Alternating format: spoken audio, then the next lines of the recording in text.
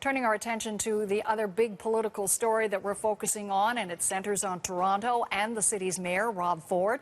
He's supposed to be having a private meeting with his deputy mayor today.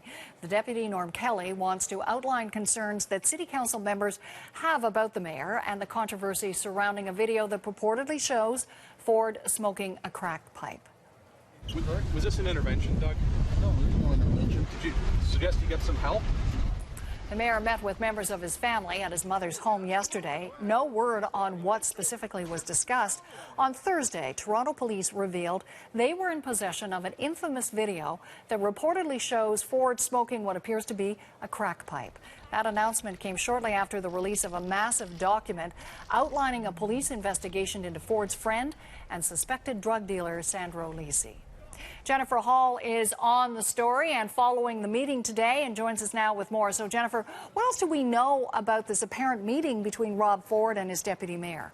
Nancy, this meeting is said to be private and no comments for the media expected afterwards. However, as you can imagine, there's a throng of media camped out watching for this meeting. And our reporters at Toronto City Hall tell us that they have seen the mayor at City Hall not long ago today. So we'll continue to keep our eye on that and see if we can find out anything about the meeting. But what we do know going in is that this is Norm Kelly, the deputy mayor. So in other words, one of the mayor's right-hand men. And he was planning to speak to the mayor today, we understand, about this whole crisis and the way forward. He has said he wanted to talk to Rob Ford about this through three different aspects. One, to look at it through the eyes of Torontonians, also through the eyes of his colleagues, city councillors, and finally through the eyes of his family as well. We do know that politicians on both sides of the spectrum at Toronto City Hall have expressed their reservations. Even loyal supporters of Rob Ford are saying, if not that he should step down altogether, that he should certainly step aside for a while, speak to Torontonians, get help if that is what is required.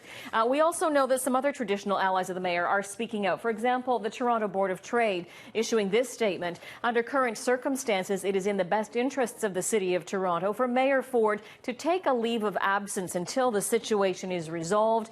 The mayor of the city must put Toronto first. So as for that meeting that's happening right now and what may come out of it, Nancy, we've got eyes and ears on the ground. Okay, we'll stay on that meeting and stay tuned for any outcome and comments. But meantime, today, fresh allegations about the mayor's behavior. What's the story there, Jennifer?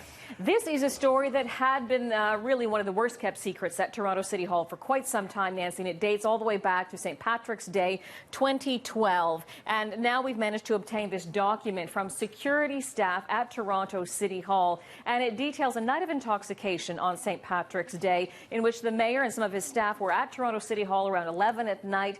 When they left for the evening, came back at about 2 a.m., and the staff saying in this email that the mayor was visibly intoxicated, saying that at one point he even came down to the security desk intoxicated, having trouble walking, carrying a half-drunk bottle of brandy in his hand, and asking where his car was, saying, "They stole my car," but security staff reassured him that in fact he had not brought his car to Toronto City Hall that night. Here's a little bit of that email to share with you.